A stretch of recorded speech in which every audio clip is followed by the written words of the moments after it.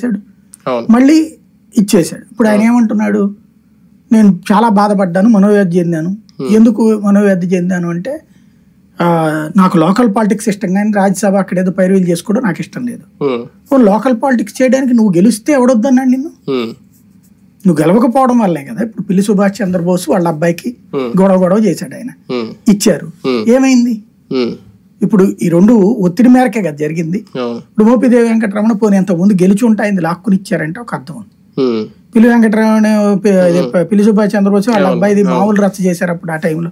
అప్పుడు ఇంతే. ఏమైపోయిందంటే తెలుగుదేశంలో ఉన్నటువంటి ఆ కంట్రోల్ ఇక్కడ లేదు బేసిక్ గా. అది కుర్రోడు ఆఫ్టర్ ఆల్ అనుకుంటారా, లేకపోతే గనక ఇతని మీద ఇప్పుడే మనం పట్టు బిగించకపోతే ఎట్లా అనుకుంటారా? ఇది ఒక తేడా. రెండోది ఏంటంటే చంద్రబాబు అసలు ఆప్షన్ ఇవ్వడు ముందు.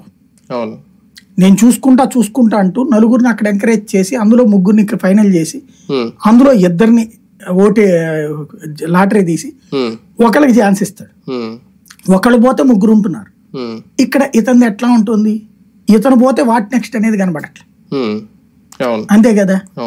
తెలంగాణ రాష్ట్ర సమితి ఏం చేసిందో ఇక్కడ ఇతను చేస్తున్న తప్పదే. కేసీఆర్ కూడా నియోజకవర్గానికి ఒకళ్ళు నమ్మాడు.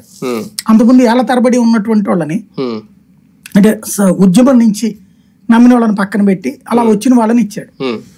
ఉద్యమం నుంచి వచ్చాక నాకు లైఫ్ ఇవ్వలేదు వాడికి ఇచ్చాడు అన్నటువంటిది వీళ్ళ కడుపుమంట. ఇతను అవును నేను ఇక్కడ పేరుంది కాబట్టి నాకు ఇచ్చాడు కానీ ఏముందిలే అనుకున్నారు.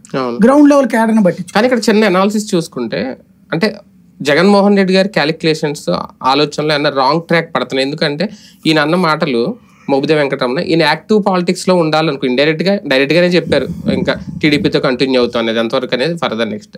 యాక్టివ్ పాలిటిక్స్ లో ఉండాలనుకున్న వాళ్ళని తీసుకొచ్చి రాజ్యసభలో కూర్చోబెట్టు అంటే పరిమళనత్వాన్ని ఇలాంటి వాళ్ళకి ఇస్తే ఓకే, వాళ్ళు దానికోసం వస్తారు కాబట్టి. ఫర్ ఎగ్జాంపుల్ విజయసాయి రెడ్డి గారు మొన్నటి వరకు రాజ్యసభ, ఆయన తీసుకొచ్చి నెల్లూరు అక్కడ పెడితే ఏమైంది, ఆయన ఓటమి పాలైపోయారు.